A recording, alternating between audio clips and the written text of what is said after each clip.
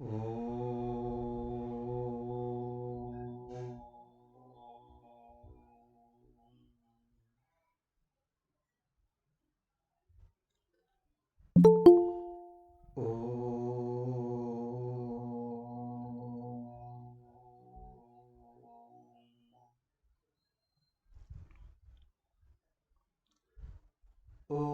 సహనావవతు సహనౌ భునక్తు సహ వీర్యం కరవావహై తేజస్వినావధీతమస్తు మా విద్విషావహై. ఓం శాంతి శాంతి శాంతి. ఓం గురుర్బ్రహ్మా గురుర్విష్ణుః గురుర్దేవో మహేశ్వరః గురురేవ పరం బ్రహ్మ తస్మై శ్రీ గురవే నమః. ఓం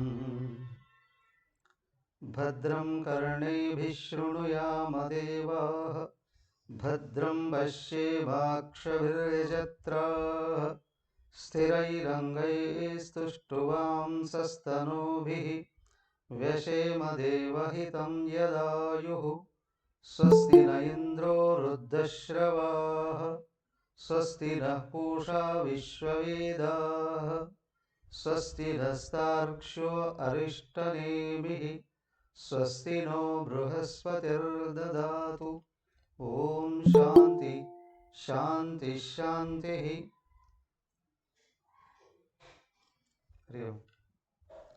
శ్రీమత్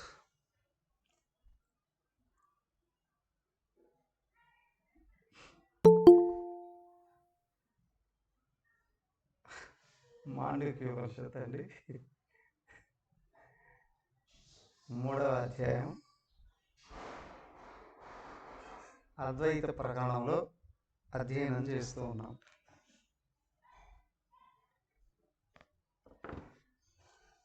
ఆత్మ ఒకటే నిజం, రెండవది లేదు. రెండవది ఉన్నదని ఎవడైతే అంటున్నాడో వాడు ద్వైతి. రెండవ దాన్ని చూసేవాడు ద్వైతి, రెండవది ఉన్నదని భావించేవాడు ద్వైతి.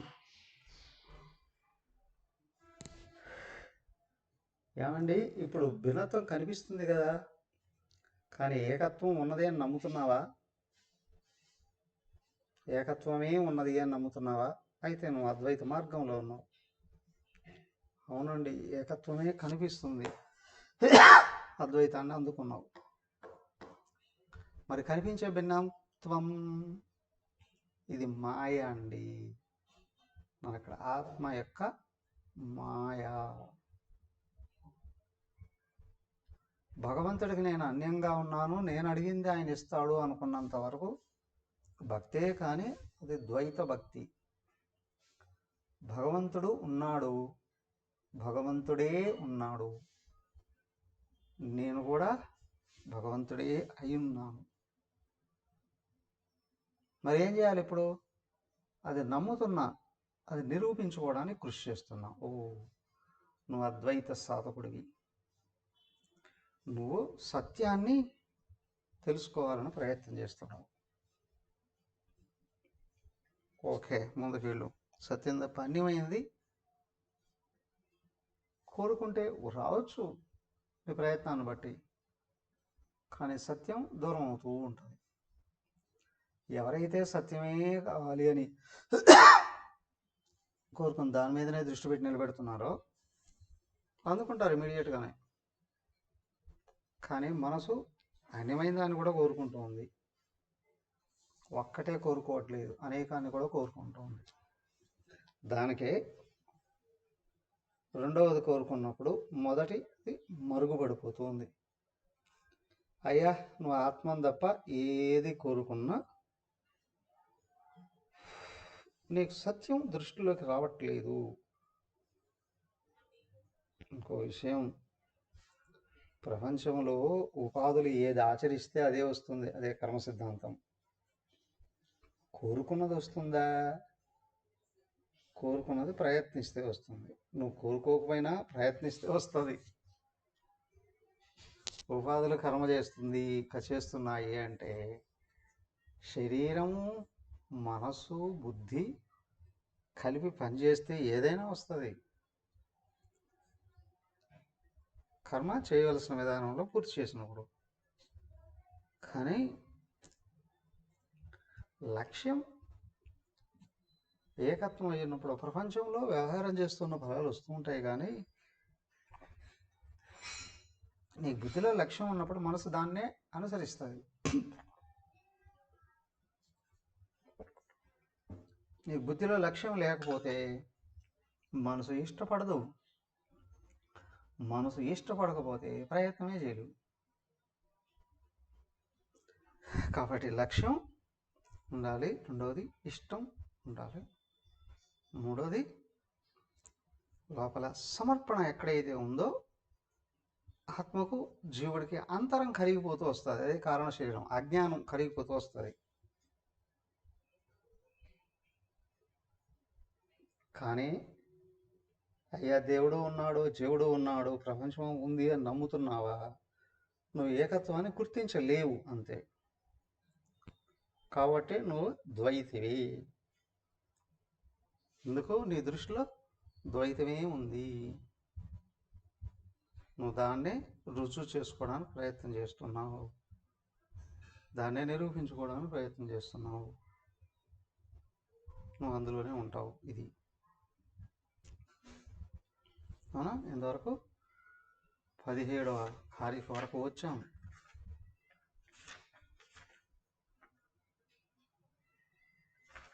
16 అయిపోయింది కదా, 17 చదవలేదు. 17 కూడా చదివినాం స్వామీజీ. 17 కూడా అయిపోయింది స్వామి.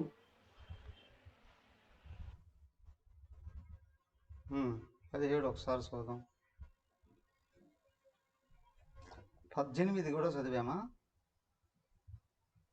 చదివాము 18 కూడా. 18 చదివాం.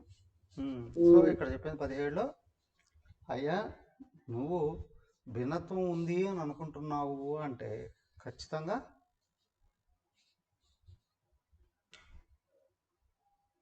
నీ లక్ష్యం అదే అయింది.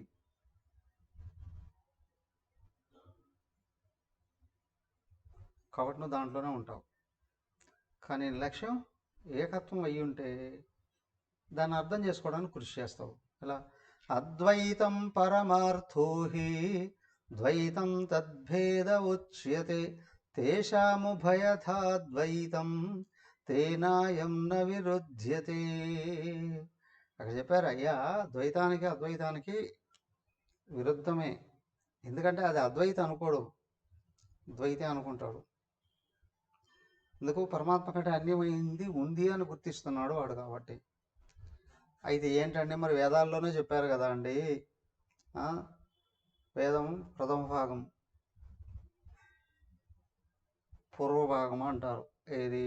సంహిత బ్రాహ్మణాల్లో చెప్పబడ్డాయి కదా, ఏ దేవుడిని ఆరాధిస్తే ఆ దేవుడు కావాల్సినవన్నీ ఇస్తున్నాడు అని చెప్పి మీరే చెప్తున్నారు కదా అండి.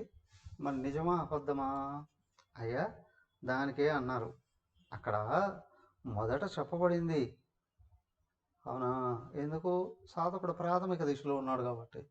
సో సాధకుడైనటువంటి వాడు ఏది నిజమని నమ్ముతున్నాడో ముందు దాన్ని ఉన్నదే అని చెప్పాలి. ఆ తర్వాత నెక్స్ట్ స్టెప్ ఏది అని చెప్పినప్పుడు వాడు ఆ నమ్మకంతో ముందుకెళ్ళడానికి ప్రయత్నం చేస్తాడు. కాబట్టి ఏంటి అని అంటే, ఇది ప్రాథమికమైనటువంటిది ఏదైతే ఉందో గౌణం అని ముందే చెప్పేశారు. అవునా? తర్వాతది పరమం అండి, అద్వైతం. పరమార్థోహి ద్వైతం తద్భేద ఉచ్యతే. పరమార్థ దృష్టిలో ఉత్తమ సాధకుడైనటువంటి వాడు అద్వైతాన్ని అందుకోవాలి అని అనుకుంటాడు. మరి ద్వైతం చెప్పబడింది ప్రాథమిక స్థితి కాబట్టి ద్వైతం తద్భేద ఉచ్యతే, దానికంటే ఇది వ్యతిరేకమైనటువంటిదే. అది రెండవది లేదు. రెండవది ఉన్నది అని అంటే పరమాత్మ అనంతుడు అనడానికి వీలే లేదు, పరిమాణంలో కానీ కాలంలో కానీ అనంతం అనడానికి వీలు లేదు. కాబట్టి అనంతమైన పరమాత్మను అంటున్నావు అంటే రెండవది అంటే అంతమే కదా, ఇక్కడి నుంచి ఇక్కడ వరకు ఇది, ఇక్కడి నుంచి ఇక్కడ వరకు అది. అంతకుముందు ఆంధ్రప్రదేశ్ అనేది ఒకటే ఉందండి, ఇప్పుడు ఓ ఆంధ్రప్రదేశ్కు హద్దులు వచ్చేసాయండి, తెలంగాణగా విడిపోయిందండి, అప్పుడు ఒకే రాష్ట్రం అండి. ఇప్పుడు నీది ఆంధ్ర, నీది నాది తెలంగాణ విడిపోయాయండి. ఇప్పుడు విశాలాంధ్ర అనడానికి వీలు లేదు, నువ్వు పేరు పెట్టుకుంటే పెట్టుకుంటావు, కానీ అప్పట్లో సంబోధించడానికి వ్యవహరించడానికి అసలు అవకాశం లేదు. నువ్వు సంబోధించుకున్నా చట్టబద్ధంగా చల్లదు, అది విడిపోయింది. అయితే ఇక్కడ పరమాత్మ కంటే అన్యంగా ఇంకొకటి ఉంది అని అంటున్నాము అంటే ఉన్నది ఒకటే అని అనడానికి వీలు లేదు. అద్వైతే ఆ మాట అనడు, అంటున్నాడంటే వాడు ఖచ్చితంగా ద్వైతే.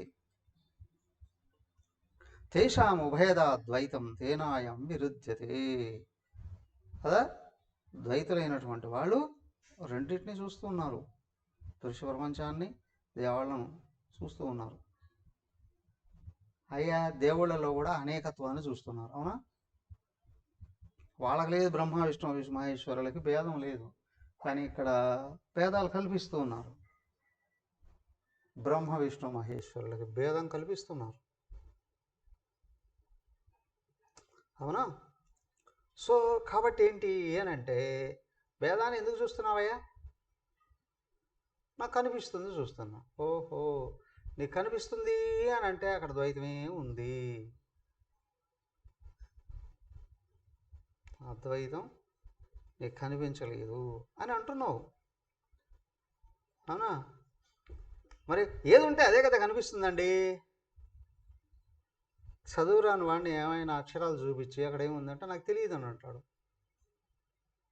కారణం ఇక్కడ కళ్ళు కనిపిస్తూ ఉన్నప్పటికి కూడా విషయం తెలియట్లేదు.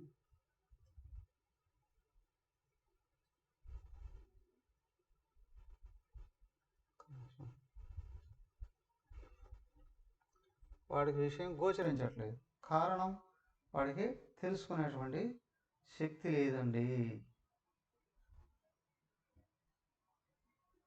అందుకే వాడు అంతవరకే వచ్చాడు వాడి దృష్టిలో, అందుకంటే దాట లేకుండా ఉన్నాడు, కాబట్టి అతనికి కనిపించట్లేదు. ఓ చదువుకొని ఉంటే ఓకే, మా అబ్బాయి చదువుకున్నాడండి, క్లాస్ ఫస్ట్ అండి, ఎందులో వాడు ఒకటో క్లాసేనండి,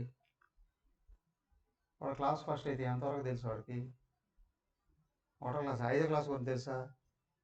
మా వాడికి అవన్నీ అర్థం కావట్లేదు, కాబట్టి అది రైట్ కాదు, అదేదో తప్పు అంటే నువ్వు పైకి వెళ్ళే కొద్దీ అవన్నీ అర్థమవుతూ ఉంటాయి కదా.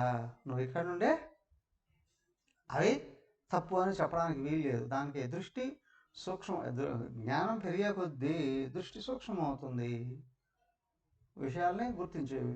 వ్యక్తమైన విషయాలను కూడా చదువురాని వాడు తెలుసుకోలేడు, చదువు వచ్చిన వాడు మాత్రమే గుర్తించగలడు. అలాగే నీకు చదువు వచ్చినప్పటికీ కూడా సూక్ష్మమైన విషయం గుర్తించాలంటే దృష్టి సూక్ష్మంగా మారాలి. దృష్టి సూక్ష్మంగా మారితేనే సూక్ష్మమైన విషయాలు నీకు గోచరిస్తాయి కదా. కాబట్టి ఇక్కడ ఏంటి అంటే, నీకు మనసు శుద్ధి అయితేనే దృష్టి సూక్ష్మమవుతుంది.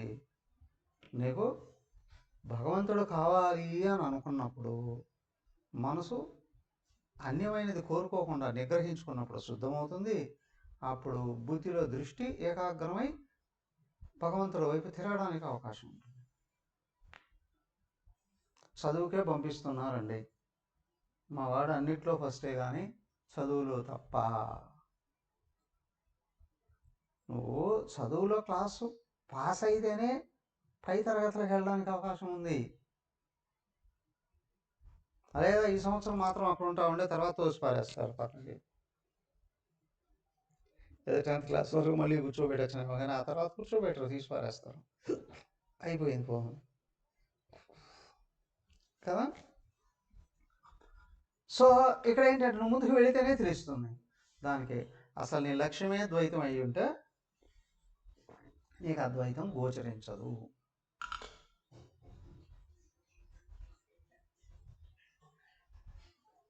అద్వైతం గోచరించదు.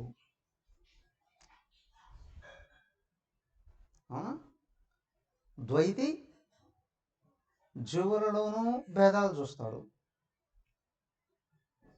దేవుళ్ళలోనూ భేదాలు చూస్తాడు.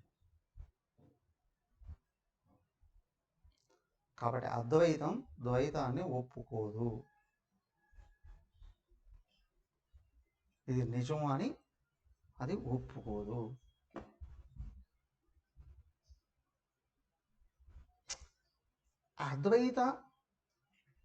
ద్వైతానికి విరోధం కాదు, ద్వైతం నిజం అని ఒప్పుకోదు. బట్ ద్వైతం ఈ స్థాయిలో ఉందిలే అని చెప్పేసుకుంటూ వెళ్ళిపోతుంది అంతే. దాన్ని వ్యతిరేకించి తిట్టిపోసి నీ మార్గం తప్ప అంతా ఉందో పడదో ఒక స్థాయిలో ఉన్నారు అంతవరకే. ద్వైతులు కరెక్ట్ కాదు అని కాదు, ద్వైత సిద్ధాంతం పరిపూర్ణం కాదు. ఒక స్థాయికి వచ్చి వాళ్ళు ఇంకా ఎదగాలి, అప్పుడు సత్యం తెలియడానికి అవకాశం ఉంటుంది. అది దెన్ చూడండి. మరి అయ్యా అద్వైతమే నిజమైతే ద్వైతం ఎక్కడి నుంచి వచ్చిందంటావు? మాయయా భిద్యతే హేతతు నాన్యథాజం కథం చన తత్వతో భిద్యమానేహి మర్త్యతామృతం వ్రజేత్.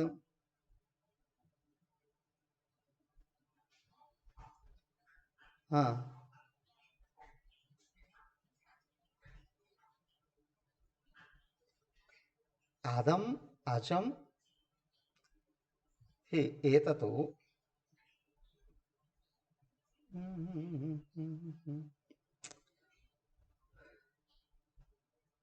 మాయయా భిద్యతే హి. భేదభావం అనేటువంటిది మాయ వలన కనిపిస్తుంది.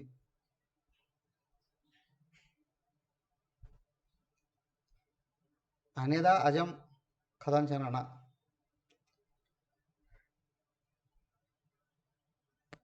మరి అజం అయిన పరమాత్మ చావు పుట్టుకలు లేనిది, మార్పులు కూడా లేనిది, ఏకమైనది. మరి భిన్నత్వం ఎందుకు కనిపిస్తుంది? ఆత్మ ఒకటే ఉంది, అది ఎప్పుడూ పుట్టలేదు, అనేకంగా మారడానికి. మరి అనేకం ఎందుకు కనిపిస్తుంది? మాయ వల్ల కనిపిస్తుంది. అప్పటి వరకు అన్నం తింటూ కూర్చొని ఉన్నావు, టీవీ చూస్తూ కూర్చున్నావు, అక్కడే హాయిగా ఉన్నావు. అలా వెళ్ళి బెడ్ మీద పడుకుంటే కళ్ళలో నీకు 100 మంది కనిపిస్తూ ఉన్నారు. అట్లా కళలోకి వెళుతూనే అంతమందిని కనేసావా? ఎక్కడి నుంచి వచ్చారు వాళ్ళందరూ? మనస్సు యొక్క మాయ అండి. నిజమా? లాగా అనిపించినా నిజం కాదు. అది నీ మనసు కల్పించిన మాయ మాత్రమే. నువ్వు ఒక్కడవే బెడ్ మీద పడుకున్నా నీకు కళ్ళు అనేకం కనిపించడానికి కారణం. అవునా?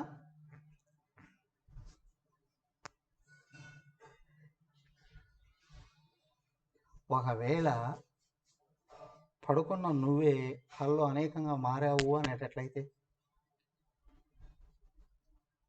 ఒకవేళ నువ్వు అలాగానే మారిపోయిందంటే లేచేటప్పుడు ఒక్కడు మాత్రం కాదు, ముక్కలు ముక్కలు అయిపోయి ఉండాలి అందరిగా, లేదా అందరితో కలిపి లేయాలి.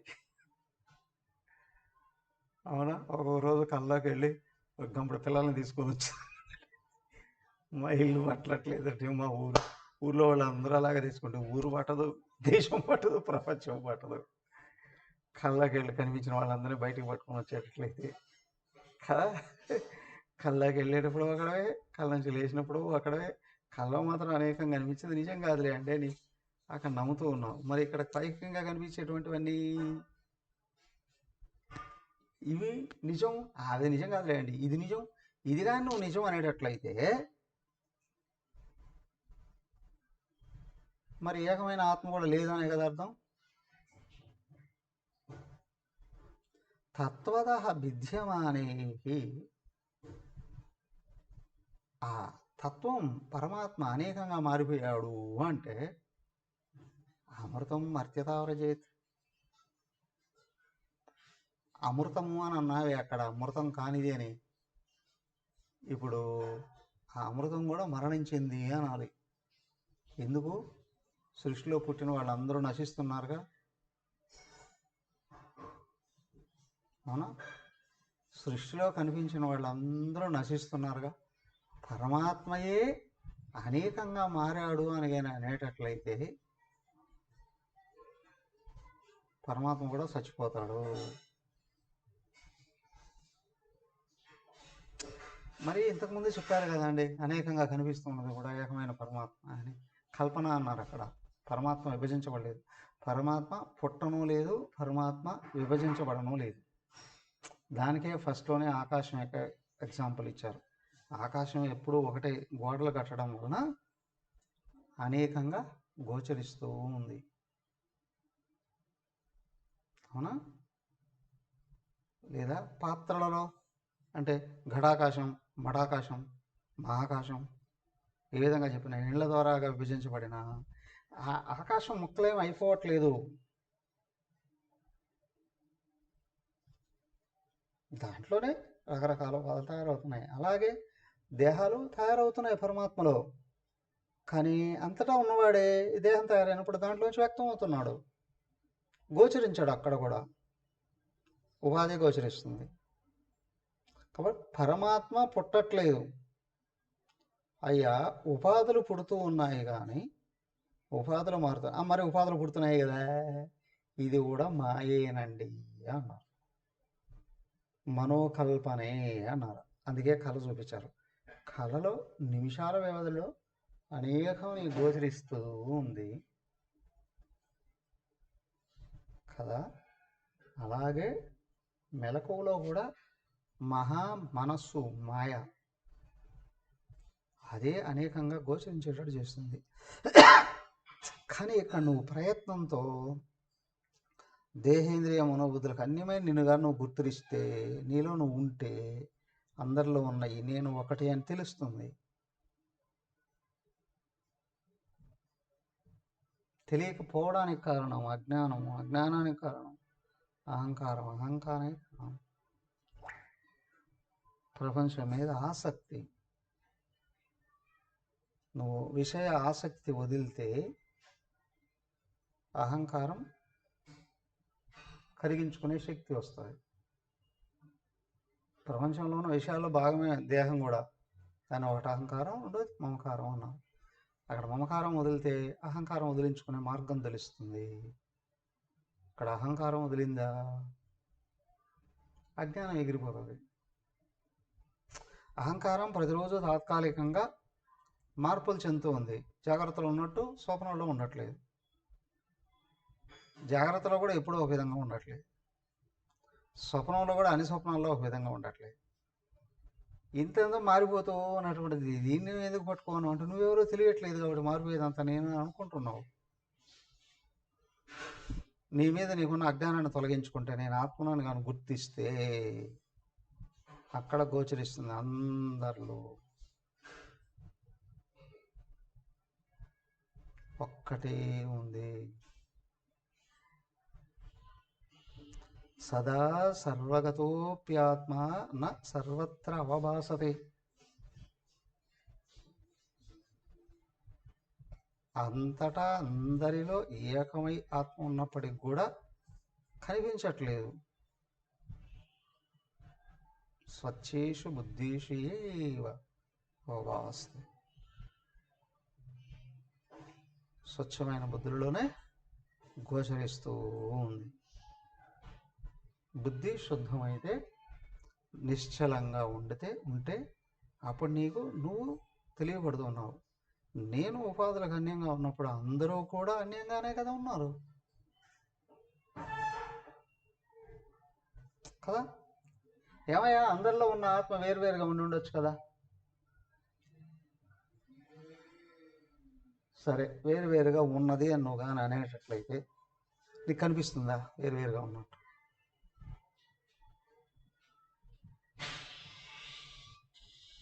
గోచరించట్లేదు కదా. అవునా? నువ్వే ఎలా ఉన్నావో నీకే గోచరించట్లేదు. నువ్వు ఉన్నావు. ఎలా ఉన్నావో తెలిస్తే తెలియబడింది అది విషయం. నీతో నువ్వు తాదాత్మ్యం చెంది నాకంటే అన్నీ లేదని గుర్తించాల్సిందే. కానీ నేను శుద్ధంగా ఉన్నాను, ఎదురువాడు అశుద్ధంగా ఉన్నాడు అంటే నువ్వు ద్వైతుడే. ఆత్మతో తాదాత్మ్యం చెందినప్పుడు అన్యత్వం గోచరించదు, అనేకం గోచరించదు. తత్వత విద్యమానే మర్త్యత అమృతం మర్త్యతాం వర్జేత్. నీకు తత్వంలో భేదాలు కనిపిస్తే ఖచ్చితంగా ఆ తత్వం మారిపోయింది, చనిపోతూ ఉంది. నువ్వు ద్వైతవి, అజ్ఞానివి. నీకు ద్వైతం కనిపించింది అంటే, భిన్నత్వం కనిపించింది అంటే నువ్వు అజ్ఞానివి. జ్ఞానం దగ్గరికి వెళ్ళి చూసినప్పుడు, జ్ఞానంలో జ్ఞానంగా మారి చూసినప్పుడు ఏకత్వం గోచరిస్తుంది.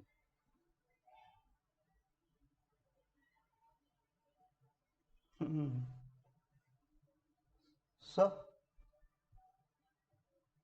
ఇంతకు ఆత్మ పుట్టిందా లేదా? పుడితే భిన్నమే.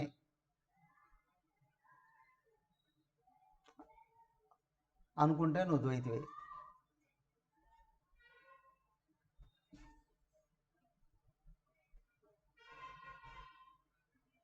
ఆత్మ పుట్టింది అనుకుంటే నువ్వు ద్వైతివే. ఎందుకంటే ఆత్మ చచ్చిపోతుంది పుడితే.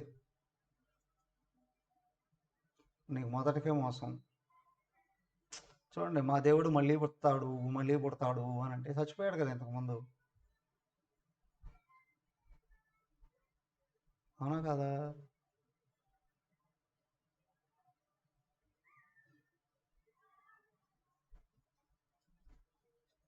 పునర్జన్మను మేము నమ్మము అని వాళ్ళు అంటే, మీ దేవుడే పుడతాడని మీరు చెప్తున్నారు. పునర్జన్మ నమ్ముతున్నారా లేదా?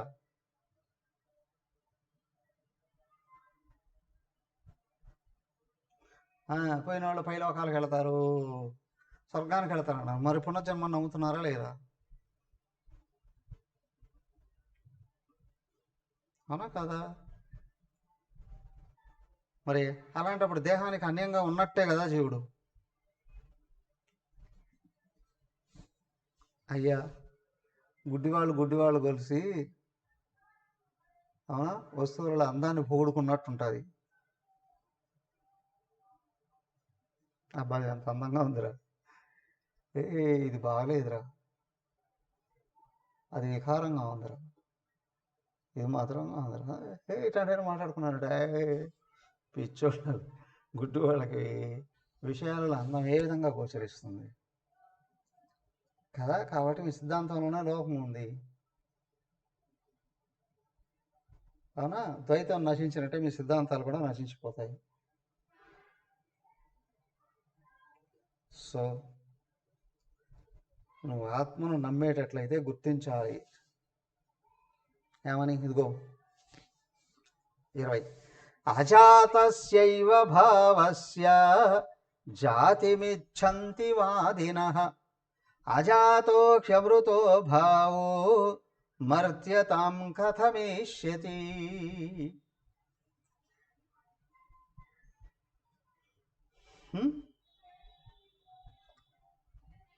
అజాతస్య భావస్య ఏవ. అయ్యా, నీ తత్వం, నీ లక్ష్యం పరమాత్మ పుట్టుకే లేనటువంటి వాడు అయినప్పుడు జాతిమిచ్చంతి వాదిన. కొంతమంది లేదు లేదండి మా దేవుడు పుట్టాడండి, మా దేవుడు పుడతాడండి అని అన్నారు. అని అంటే అజాత అమృతో భావ, పుట్టుక లేనివాడు, మరణం కూడా లేనటువంటి వాడు మర్త్యతాం కథమేష్యతి. పుట్టాడు చచ్చాడు అనేటువంటి విషయం ఏ విధంగా చెప్పుకోబడుతుంది? ఎవరైతే జీవులు పుడుతున్నారు, పరమాత్మ దేవతలు పుడుతున్నారు అని కానీ అంటున్నారు అని అనుకోండి. మా దేవుడు అప్పుడు పుట్టాడు, మా దేవుడు ఇప్పుడు పుట్టాడు. అవునా? రూపం ఉందంటే పుట్టింది అంటున్నావు అంటే అది మరణం కలిగి ఉంది. మా దేవుడు పుట్టాడు అన్న, పుడతాడు అన్న, ఖచ్చితంగా ఆత్మకు ఉపయోగించే అజం అనేటువంటిది నిజం కాదు. అజం అమృతం, అజాత అమృతో హి భావ. పుట్టుక లేనిది, మార్పులు లేనిది, మరణము లేనిది ఏదైతే ఉందో, నువ్వు పుడుతున్నది అన్నప్పుడు దీనికి దానికి సంబంధం లేదు. నువ్వు ఆత్మను గురించి మాట్లాడట్లేదు. నువ్వు అద్వైతవి కాదు, నువ్వు జ్ఞానివి కాదు. నువ్వు మాయ గురించి మాట్లాడుకుంటున్నావు, నువ్వు ఉపాధుల గురించి మాట్లాడుకుంటున్నావు. చావు పుట్టుకలో లేనటువంటిది పుట్టింది అని అనడం, పుట్టిన దానికి ఏమో చావు పుట్టుకలు లేవు అని అనడం హాస్యాస్పదం, విరుద్ధ భావాలు కలిగినటువంటి. కాబట్టి భగవంతుడు ఎప్పుడూ పుట్టనే లేదు. కాబట్టి ఆయనకు మర్త్యత్వం, మరణం అనేది లేనే లేదు. చూడండి, దశావతారాలుగా వచ్చినప్పటికి కూడా ఎక్కడ ఏ అవతారంలోనూ ఆయన చనిపోయాడు అని లేదు. అవతారం చాలించాడు అని అనొచ్చు. మత్స్య కూర్మ వరాహ వామన నారసింహ, ఏమయ్యా ఇవన్నీ అంశావతారాలు. వచ్చారు, కనిపించారు, మాయమైపోయారు. అవసరమైన చోట కనిపిస్తూనే ఉన్నారు. మరి పరశురాముడు అండి, పరశురాముడు చిరంజీవి, మరణమే లేదు అని చెప్తూనే ఉన్నారు. మరి రాముడు అండి అవతార పరిసమాప్తి చేసి వెళ్ళాడు అని అన్నారు. ఏమయ్యా మొన్నే కదా రామదాసు కోసం ఆ తానీషా కనిపించింది,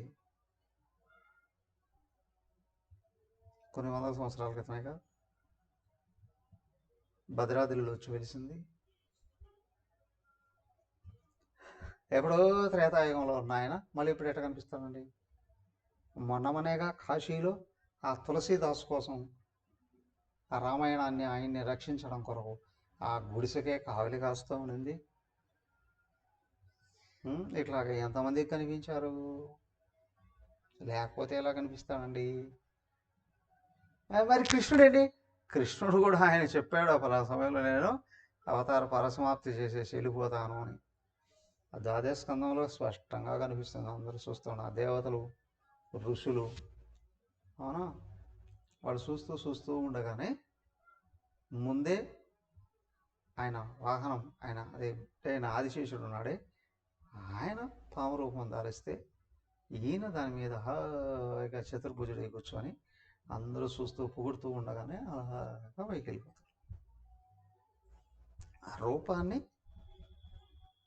అప్పటికే చేయాల్సిన పని, కంటిన్యూగా చేయాల్సిన పని ఆగిపోయింది అంతవరకే. కానీ తర్వాత కనిపించలేదా? ఆయనేగా పండరనాథుడు,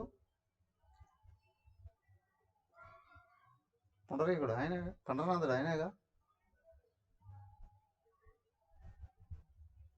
అలాగే ఎన్ని చోట్ల కనిపించలేదు, ఎన్ని చోట్ల స్వయంగా వెళ్ళలేదు, ఎన్ని చోట్ల భక్తుల్ని అనుగ్రహిస్తూ ఉండట్లేదు.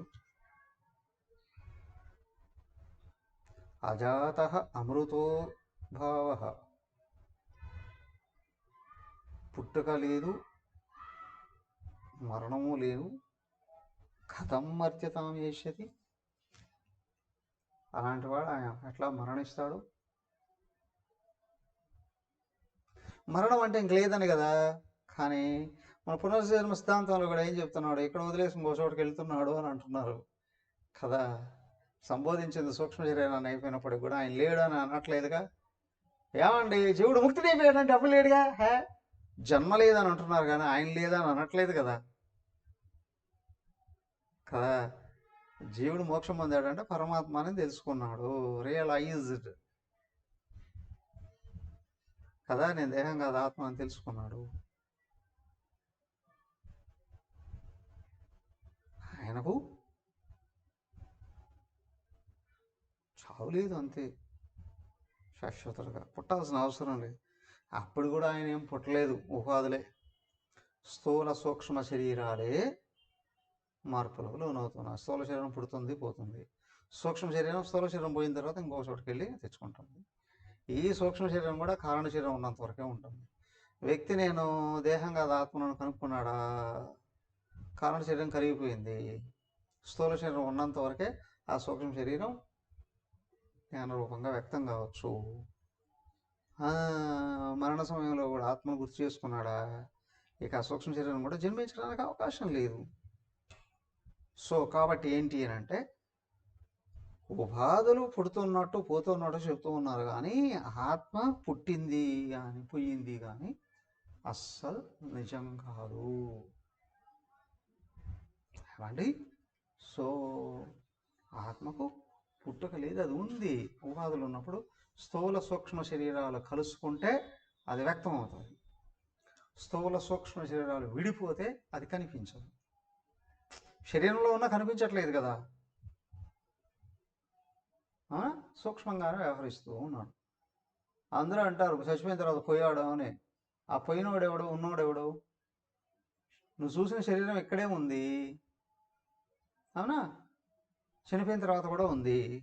మరి ఆ పోయిన వాడిని చూసి బతికున్నప్పుడు కనిపెట్టావా? ఆ లోపల నుంచి వ్యవహరించేవాడు దేహం కాదు అని. ఎదుగో నీ జ్ఞానం ఉంటే నువ్వు గుర్తించు, నిన్ను గుర్తించు నువ్వు ముందు, నేను దేహం కాదు అన్యంగా ఉన్నాను అని.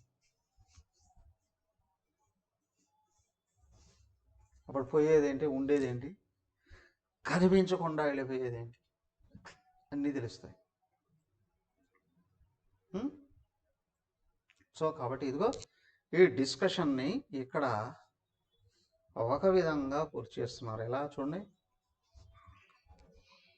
నభవత్యమృతం మర్త్యం నమర్త్యమృతం తథా ప్రకృతేరన్యథా భావో న కథంచిద్ భవిష్యతి. అవునా? అయ్యా, అమృతం మర్త్యం నభవతి, మరణరహితమైనది మరణించదు. మర్త్యం తదా న అమృతం భవతి, మరణించేటువంటిది శాశ్వతంగా ఉండదు. ప్రకృతే అన్యదాభావ కథంచిత్ న భవిష్యతి. వస్తువు దాని స్వభావాన్ని మార్చుకొని కూడా కనిపించలేదు. దాని స్వభావం మారిపోయిందంటే ఆ వస్తువు కనిపించదు ఇంకా. ఎస్, పాలు తీసుకొచ్చాం, కాచి తోడు పెట్టాం, తర్వాత పెరుగైంది. పాల స్వభావం కనిపిస్తుంది అక్కడ? లేదు, కంప్లీట్గా మారిపోయింది. అవునా? ఆ పాలని పెరుగుని చిలికారు, మజ్జిగ అయిపోయింది. ఇప్పుడు మళ్ళీ పెరుగు స్వభావం కనిపిస్తుందా? మరి పాల స్వభావం కనిపిస్తుందా? లేదు. దాంట్లో వెన్న తీసి చిలిక, దాంట్లో నుంచి మేగడ తీసి చిలికితే వెన్న వచ్చింది. వెన్న మేగడగా మారుతుందా? వెన్న పెరుగుగా మారుతుందా? లేదు. పాలుగా మారుతుందా? లేదు. దాన్ని కాస్తే నెయ్యి అయింది. అవునా? ఇప్పుడు చెప్పండి, పాలు పెరుగుగా మారిపోయాయి, అవునా? దాంట్లో ఉన్న మేగడ వెన్నగా మారిపోయింది, వెన్నేమో నెయ్యిగా మారిపోయింది. ఒక వస్తువు ఇంకొకటిగా మారింది అంటే ఆ పూర్వ స్వభావం ఉండదు. దేవుడు పుట్టి కూడా శాశ్వతంగా ఉన్నాడు అనేటువంటిది అలాంటిదే. పిచ్చివాళ్ళ ప్రలాపన అవుతుంది. దేవుడు శాశ్వతుడు కానీ పుడతాడండి. పుట్టాడు అంటే మరణిస్తాడు అని, మరణించాడు అంటే ఇంక లేడు అని. దానికే అవతరణ విసర్జన అన్నారు, అవతారణం పరిసమాప్తి అని అన్నారు. అంతేగాని పుట్టడం సావడం అని అనలేదు. ఆయన పుట్టకముందే ఎదుగో చెప్తున్నాడు, నేను వస్తున్నాను అని చెప్తున్నాడు, పని అయిపోయింది వెళ్తున్నాను అంటున్నాడు, అంతే. తను కనిపించకుండా ఇక్కడ. కానీ ఆయన చెప్పుకోలేదు నేను పుట్టాను అని.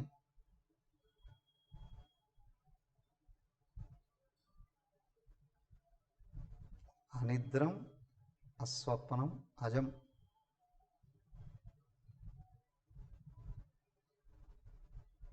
కథం భవేతుమర్త్యతాం. పుట్టుకే లేనిది, మార్పులే లేనిది, మరణం లేదు, మరణించేటువంటిది శాశ్వతం కాదు.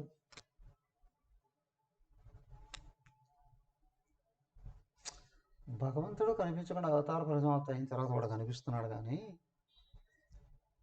ఏమయ్యా, ఎవరైనా మానవులు చనిపోతే మళ్ళీ కనిపిస్తారా? భయపడి చస్తారు, దయ్యం వచ్చింది కనిపిస్తుంది. దయ్యం వచ్చింది అని అంటారు కానీ మళ్ళీ ఇంట్లోకి పిలవరు. ఎవడో చచ్చిపోయినాడు 10 ఏళ్ల తర్వాత మళ్ళీ తిరిగి వస్తే నమ్మరు. దయ్యం అనుకోవచ్చు, లేకపోతే ఇంకెవరైనా ఆ విధంగా ఉండి ఉంటారులే అండి. ఒకే రూపం కలిగినటువంటి వాళ్ళు కొంతమంది. సో అమృతం మర్త్యం నభవతి, మర్త్యం అమృతం తదా నభవతి, ప్రకృతే అన్యదా భావ కథంచిత న భవిష్యతి. ప్రకృతి ఎప్పుడూ కూడా చల్లటి అగ్ని ఉంటుందండి మా ఇంట్లో అనగలరా?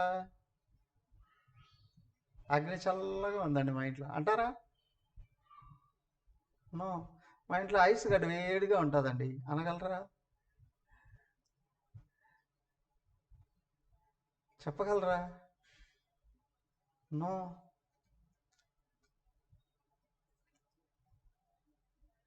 అవకాశం లేదు. సో ప్రకృతిలో ఏదైనా తన స్వభావాన్ని వదిలితే ఆ వస్తువే ఉండదు.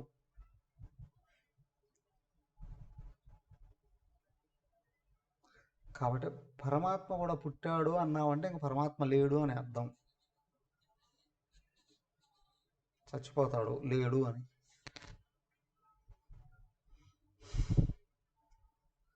జాతస్య హి ధ్రువో మృత్యు, పుట్టింది మరణిస్తుందండి.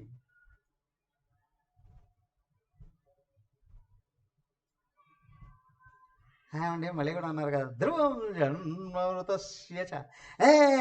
చచ్చిపోయింది మళ్ళీ పుడుతుందండి. సూక్ష్మ శరీరం, ఆత్మ కాదు. సరే, చనిపోయింది పుట్టింది అని అన్నప్పుడు అలాంటి రూపం వస్తుందా? అవునా? అదే ప్రదేశంలో పుడుతుందా? అలాంటి స్వభావం వస్తుందా?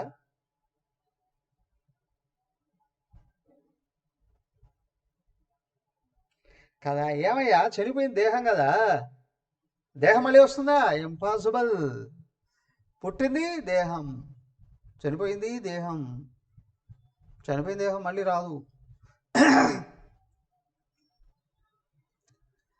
లోపల ఉన్న సూక్ష్మ శరీరం అండి, అది నిరంతరం మారిపోతూనే ఉంటుంది, అస్సలు నిలకడే లేనిది.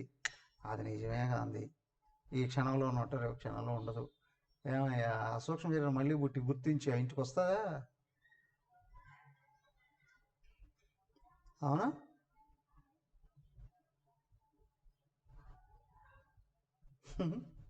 వస్తారా?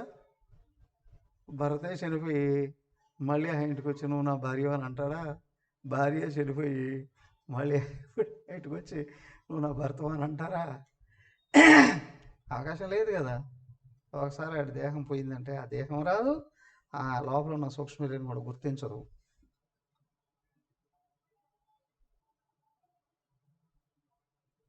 మారింది ఏంటి? ఆ వస్తువుకి అస్తిత్వం లేదు అక్కడ.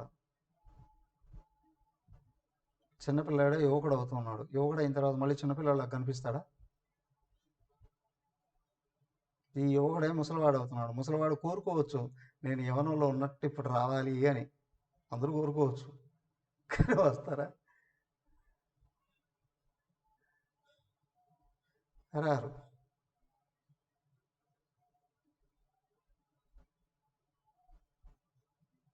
సో ఒక వస్తువు స్వభావాన్ని మార్చుకుంటే అది చనిపోయిన దాని కిందనే లెక్క కదా. మార్పులు చెందుతూ ఉంది అని అంటే శాశ్వతం కాదని అర్థం. ఇది ఆత్మకు సమన్వయం కాదు. కాబట్టి ఆత్మ పుట్టలేదు, మార్పు చెందదు.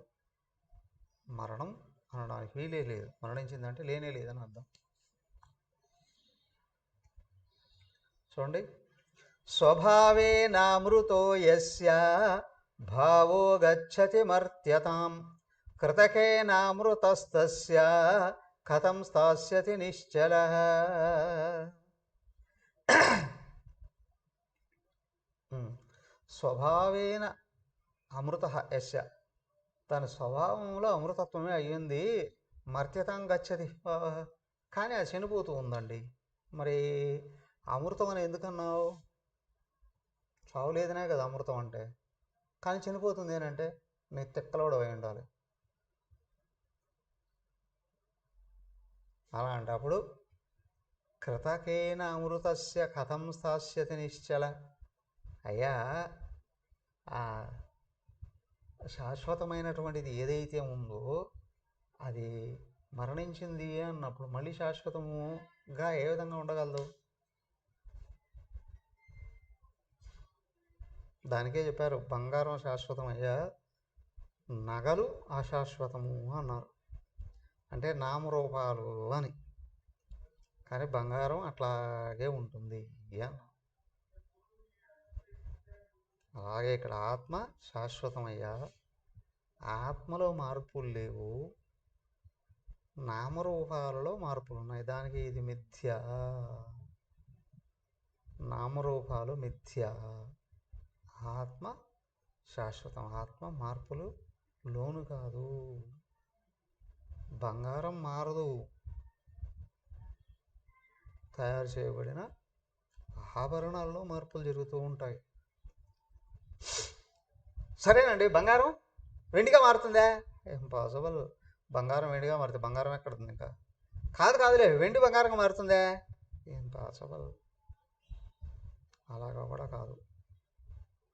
ఒక వస్తువు దాని స్వభావాన్ని వదిలితే అది లేదు. పిల్లవాడు యువకుడుగా మారిపోయాడు, ఆ పిల్లవాడు లేడుగా. యువకుడు ముసలివాడిగా మారిపోయాడు, ఆ యువకుడు చూపించలేవుగా. కానీ దాంట్లో ఉన్న ఆత్మ ఉంది, అది మార్పులు చెందట్లేదు కదా. ఉపాధుల గురించి గుర్తుపెట్టుకొని ఉంది. అది వేసుకున్న బట్టలు లాంటివే కదా. నేను ఉదయం అవునా లేస్తూని స్నానం చేసి ఇలాంటి బట్టలు వేసుకున్నాను.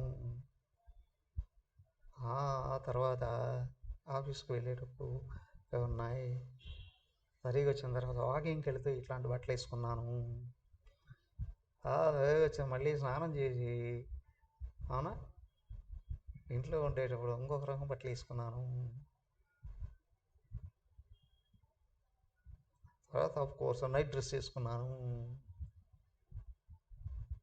తర్వాత మళ్ళీ లేస్తే మార్చేస్తున్నా. డ్రెస్సులు మారిపోతున్నాయి, నువ్వు మారట్లేదు కదా. అక్కడ ఆత్మ మార్పులు లేనిది. వ్యక్తి డ్రెస్సులు మార్చినట్లే నామరూపాలు మారిపోతూ ఉన్నాయి. దానికి నామరూపాలు మిథ్య, మాయ, కల్పన. ఆత్మ సచ్చిదానందం. నేను ఆత్మనే అయ్యున్నాను, నాలో మార్పులు లేవు.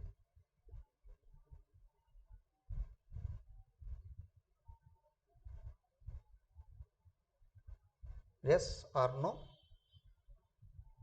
ఎస్ అన్న వాళ్ళు చేయొద్దండి.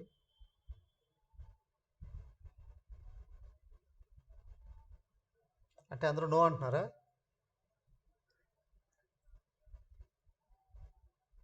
నేను ఆత్మను, శాశ్వతత్వాన్ని అనేవాళ్ళు చేయొద్దండి. నమ్మకం లేకపోతే వదిలే. కనిపించట్లేదు నాకు. ఎవరికి నమ్మకం లేదో వాళ్ళు ఎవరి నుంచి క్లాస్కి రాకండి. నమ్మకం లేదు, టైం వేస్ట్. ఇంకేదైనా పని చేసుకుంటే 4 రాళ్ళు సంపాదించుకోవచ్చు కదా. సరే, శాంతి మంత్రం చెప్తున్నా, ఒక 2 నిమిషాలు ఉండండి. అనౌన్స్మెంట్. ఓం సర్వే భవంతు సుఖినః, సర్వే సంతు నిరామయాః, సర్వే భద్రాణి పశ్యంతు, మా కశ్చిత్ దుఃఖభాగ్ భవేత్. ఓం శాంతి శాంతి శాంతి. హరి ఓం. శ్రీ గురుభ్యో నమః. హరి ఓం.